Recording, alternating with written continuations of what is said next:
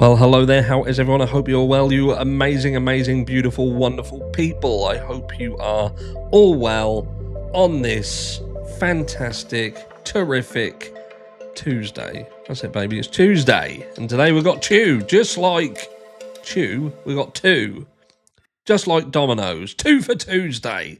But less slimy. Wait for the trolls. Fuck you, trolls. I know you're coming. I'm waiting. Anyway, let's get straight into the meat and potatoes. As this video is being done as a bit of a response, because do you know what? Doing this kind of content, you get people in the comments. Like I was talking to someone earlier today, and we was talking about the fact that people come on, they moan and whinge about everything. What you're wearing, what you're not wearing, what you got behind you, what you ain't got behind you, volume too high, volume too low. Do you know what I mean? Everything. Don't be so nice to people. Yada, yada, yada. Moan about everything. And then you've got people who will moan about the content itself. You're wrong. This is wrong. You're ignoring that. You don't know this. You don't know that. The vast majority of the time, some of these people just simply aren't worth even bothering with. Because you speak to them and it's very clear that they don't really know what they're talking about. But then sometimes you'll get someone come along who you think they seem to have a degree of intelligence. Do you know what I mean? And I wonder whether that they genuinely they do believe what they're saying. So then we have to come back and give them an education. Now, they were saying in the comments the other day when we had a bit of a thread going that I weren't addressing certain things. And my man Eddie, he'd have been also looking in the background with his eyes, paying close attention, because that's what Eddie does. He watches, listens and learns. And I'm going to go over a response that's specifically to this individual. And this individual will very likely know who they are, because there's someone who thinks that they know everything and they think that we don't. Let's get straight into it. I'll bring this up on the screen. You may not be able to read it unless you have a magnifying glass, but I have to bring it up on the screen because I'm blind. Not as blind. Now I've got my spectacles that make me look like the dude from Up, but they work. Mr. Oak, the friendly sodium dealer. Nice name.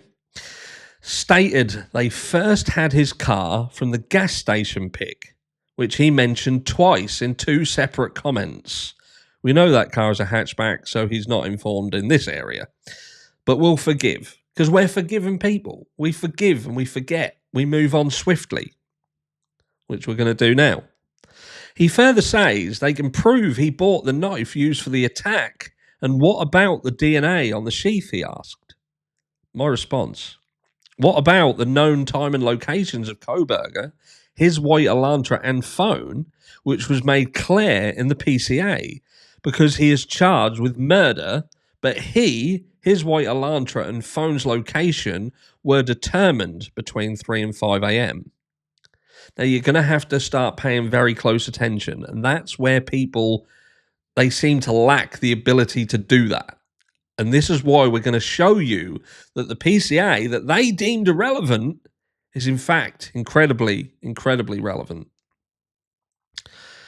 On April the 9th, hearing Arsley Jennings on the stand, we notice she stated, "I do not have them," when referring to the 2 search warrant returns in the PCA. She did not say the returns don't exist, but that she doesn't have them. But we know Payne turned over the returns to FBI balance. So these 2 returns, Ann Taylor hasn't seen them. She's constantly requested them. And this is what, for a long period of time, hindered their ability to come forward with their alibi. Okay? And they obviously caught a load of flack, the defense, saying that, that they were delaying things. Well, they were delaying things at all. They've always said what Bryan Kohberger was doing on that night, and Bryan Kohberger himself, right from the jump, said, well, they're going to know what I was doing. I'm going to be exonerated. They've got my phone. They're going to be able to fucking find out where I was and where I wasn't. You know what I mean? So as you've heard me state in the past, any prosecutors have in their possession or have knowledge of any evidence, whether in their possession or not pertaining to a case they are involved in. 2, as we know, the search warrant returns and the evidence they produced 2.5 years ago do exist. They do exist. These search warrant returns, they did come back. So you first of all have to ask the question, okay, so if they're back, why do the defence not have them? Why haven't they been handed over? Let me know down below why you think these search warrant returns have not been handed over. We understand if the search warrant returns are turned over to Taylor, number one, the PCA is in fact relevant due to BK's known location between 3 and 5 a.m. Two, you can't even see my fucking fingers. The PCA is relevant when stating suspect vehicle 1 was in front of the house, which was known as Kohberger's car. That was a statement within the PCA. Suspect vehicle 1 outside the property. Number 3, the PCA is relevant when the state and Thompson filed court documentation stating the PCA didn't explicitly say that defendant was near the actual home, but was in the vicinity of a cell tower of the victim's residence, which is something which has been an ongoing pattern to still try and pull the wool over people's eyes. Bryan Kohberger was connected to a tower that provided service up to within 100 metres of this house, which is very different than the PCA's original statement placing him outside the house. So why would they then turn around and say, well, we didn't explicitly state that he was at the property? Again, let me know down below in the comments what you think, especially if you're the friendly sodium dealer. Number 4, the PCA was deemed irrelevant several months ago without explanation, authority, or the power to do so. And as said, only the presiding judge can sign off on a case. Now, I know what people are going to say. They're going to turn around and say, well, it became irrelevant when there was a grand jury indictment, because that kind of then, from a legal perspective, supersedes it. But let's not forget that Bryan Kohberger was arrested and charged for this crime based on the PCA. That's why he was arrested, because of what was written in the PCA that we now know was a load of rubbish, an absolute load of rubbish. And we also know, which I've spoken about multiple times, that the grand jury indictment seemed to suggest that people on that grand jury had requested more. They wanted more. Like Oliver, please, sir, can I have some more? Weren't more. They didn't need more because, again, the joke is you can indict a jam sandwich. The facts at hand are the defendant's car was not found in front of the house. The defendant's car cannot be identified because it wasn't in front of the house. The state and prosecution admits the known location of Kohberger, first known in the PCA, saying that they know that he's outside the property, remember? And then acknowledged Kohberger was in Moscow 12 times prior to the homicides. The problem is suspicion. The problem is suspicion is not probable cause, particularly noting 1 to 4 above, which doesn't deem the PCA irrelevant. Rather, no probable cause existed, which Payne knew, as others also, before the arrest warrant. Yes, I can agree with the state and prosecution that PCA is irrelevant, which led to the arrest warrant, but they must agree with me probable cause didn't exist for the arrest warrant, charging the defendant that was first known in the PCA, then admitted by the state and prosecution. Yeah, but Bryan Kohberger's DNA is on the sheath. I don't care if his DNA is on the sheath, because investigators, the PCA, the state and prosecution did not physically place Kohberger at the house as acknowledged and filed within the court. So how did his DNA get on the sheath? Release transcript.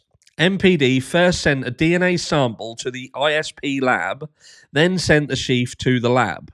I'm very confident the DNA sample MPD sent to the lab was the defendant's. Why? Because probable cause didn't exist as known, admitted, and filed with the court. By first lying, placing the defendant's car in front of the house, and their claim he entered the house to commit the attack knowing this was false, as filed with the court. Was there probable cause? Where is circumstantial evidence? Where was the defendant? According to investigators, the PCA, the state, prosecution, and Thompson, Kohberger wasn't on the property on November 13th, 2022. And that's the problem. The problem isn't so much, and this is why Ann Taylor concludes, okay, it's his DNA. Because that's the argument, isn't it? The argument is, okay, his DNA's there. We're not going to argue and get into a battle on whether his DNA's there. We're going to challenge how it got there. Because how did it get there if he weren't there? We have got, again, I hate to keep going round and round in circles, but people ain't listening. Because people don't want to listen. If people think Bryan Kohberger did this crime, then their go-to is DNA on the sheath. DNA on the sheath, car outside. Car outside. Are you joking? If you paid attention, literally in the PCA, 1 minute his car's outside and they're showing, suspect vehicle 1 outside the house, does turn in the road, goes up, goes back.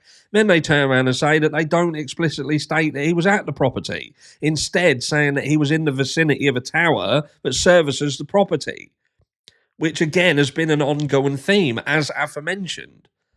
But he could have been anywhere within that tower that goes to services up to within 100. If anything, that proves that he wasn't close enough to be connected to a tower that actually services the house.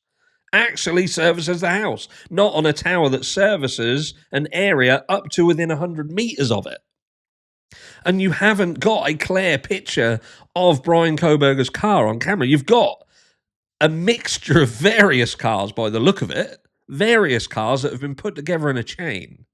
You've got a car that looks similar to a white Hyundai Elantra, but it doesn't explicitly offer you anything that would give you the heads up as, yeah, that's definitely Bryan Kohberger's. And for those of you who want to turn around and say, yeah, but it's seen without a front plate on it, how many cars in this area do you think don't have a front plate, considering the amount of states that are around the US that you don't have to have a front plate? And then you're just left with an area that the half of the people there probably don't even come from there. They come from out of the state. And you're looking for a white car that doesn't have a front plate. And you also have to consider that the plate may have been removed specifically for that night. So it could be any fucking car. Just happens that Bryan Kohberger's car fits the agenda of one of the clips that they've got, or one of the stills, whatever, of a car without a front plate. But we have issues with not all of those pictures being clear and seem to be manipulated to assist in the Kansas City shuffle. But let me know down below what you think. Do you know what I mean? Am I spinning a yarn? Is me and Eddie talking shite? Did we interpret the PCA wrong when they said about the car being outside the property and then later on deeming it irrelevant and then saying that they didn't explicitly state that he was at the property? Do you know what I mean? It's one of those. We've got a situation where they seem to suggest that Bryan Kohberger wasn't at the property. How did his DNA get there? How easy would it be to put someone's DNA where you wanted it? There's no need to challenge the DNA at all. No need. Yes, it's his DNA. And then later on, you can tell us exactly how it got there when we tell you and prove to you that he weren't there. Some heads may roll. Love you all.